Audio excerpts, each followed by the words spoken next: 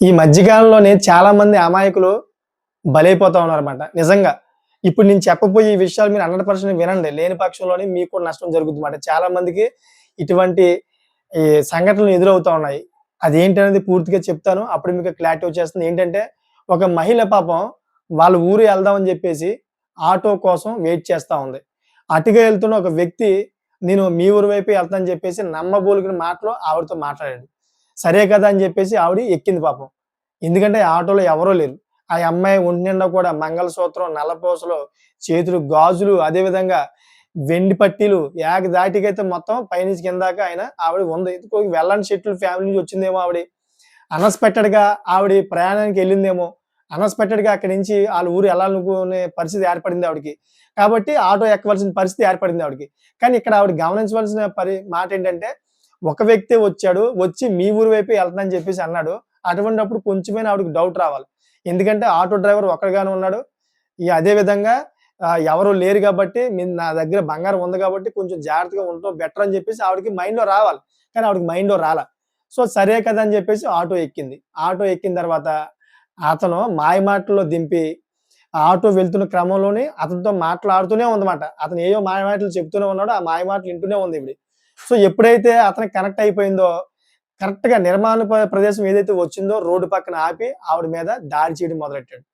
"నువ్వు బంగారం ఇస్తావా? లేదా? లేదా నేను చంపేస్తాను" అనే విధంగా అయితే బెదిరింపులకు పాల్పడి ఆవిడ దగ్గర బంగారం దగ్గర దగ్గరగా 4, 5 తులాల బంగారం, అదే విధంగా 20 తులాల వెండి మొత్తం దోచుకొని అక్కడి నుంచి పరారైపోయాడన్నమాట. ఈ విషయాన్ని తీసుకెళ్ళి పోలీస్ స్టేషన్ చెప్తే పోలీస్ స్టేషన్‌లో మళ్ళీ పోలీసులు ఎఫ్ఐఆర్ ఫైల్ చేసి, ఆ ఎఫ్ఐఆర్ అదంతా కూడా ఎంక్వైరీ చేసి అతని గురించి పాపం మళ్ళీ ఇదంతా కూడా నెతికి అతన్ని పట్టుకొని మళ్ళీ ఆ బంగారం అంతా రికవర్ చేసే పనిలో పడ్డారు.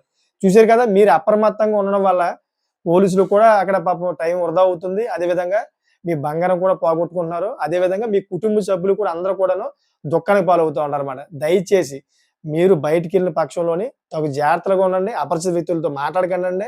ఒకవేళ అటువంటి పరిస్థితి ఏర్పడినప్పుడు కొంచెం మైండ్ పెట్టి ఆలోచించండి. టెన్షన్‌కి గురవ్వద్దు. ఇప్పుడు నేను ఇటువంటి పరిస్థితిలో నేను క్షేమంగా ఉన్నానా లేదా? నేను ఇటువంటి పరిస్థితిలో ఎళ్ళొచ్చా లేదా? అనే విషయం మీద ఒక అవగాహన తెచ్చుకోండి. మీరు అటువంటి అవగాహన తెచ్చుకుంటే మాత్రం ఇటువంటి ప్రమాదాల నుంచి దూరంగా ఉండొచ్చు. పోలీసులు కూడా అదే చెప్తా ఉన్నారన్నమాట. అపరిచిత వ్యక్తులు వచ్చి మీకు డ్రాప్ చేస్తామో, లిఫ్ట్ ఇస్తామో, మీరు రండి నేను అటే ఎళ్తానని చెప్పేసి మీరు స్వతహాగా అడిగినప్పుడు మీరు డౌట్ పడాలి. ఎందుకంటే ఏ వ్యక్తి కూడా అంత స్వతహాగా తొందరగా అడగడు. చాలా తక్కువ మంది ఉంటారు. దయచేసి అటువంటి వ్యక్తులు మీరు గమనించండి. లేని పక్షంలో ఇటువంటి మోసాలు జరుగుతా ఉంటాయని చెప్పేసి పోలీసులు కూడా హెచ్చరిస్తా ఉన్నారన్నమాట. చూసారు కదా! ఈ రోజుల్లో అయితే ఇటువంటి బంగారాల మీద బాగా దాడులు ఎక్కువైపోతా ఉన్నాయి. ఎందుకంటే బంగారం మీద రేట్ పెరిగిపోయింది. బంగారం కూడా బాగా ఎక్కువ యూజ్ చేస్తా ఉన్నారు. పబ్లిక్ ఎక్కువ యేసుకొని బయట తిరుగుతా ఉన్నారు.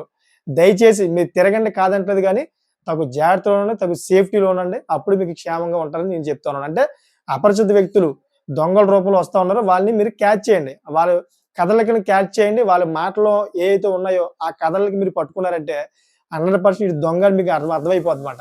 మీరప్పుడు దూరంగా ఉంటారు. అతనితో మాట్లాడరు. మీ పని మీరు చేసుకుంటారు. అతని దగ్గరికి ఎళ్లరు. ఒకవేళ అతను మాట్లాడడానికి ప్రేరేపించినా గాని మీరు ఏదో ఒక మాట చెప్పి అక్కడితో కట్ చేసి మీ పని మీరు చూసుకుంటారన్నమాట. దూరంగా ఎళ్ళిపోతారన్నమాట. సో, ఈ విధంగా అయితే జరిగిన ఈ సంఘటన గురించి చెప్పాను. దీని మీద ఒక మంచి కామెంట్ చేయండి మీరు. ఈ కామెంట్ 10 మందికి అవగాహన కల్పించే విధంగా ఉండాలి. చూసారు కదా! ఇటువంటి లేటెస్ట్ ఇన్ఫర్మేషన్ కోసం నా ఛానెల్ సబ్స్క్రైబ్ చేసుకోండి. Thank for watching friends.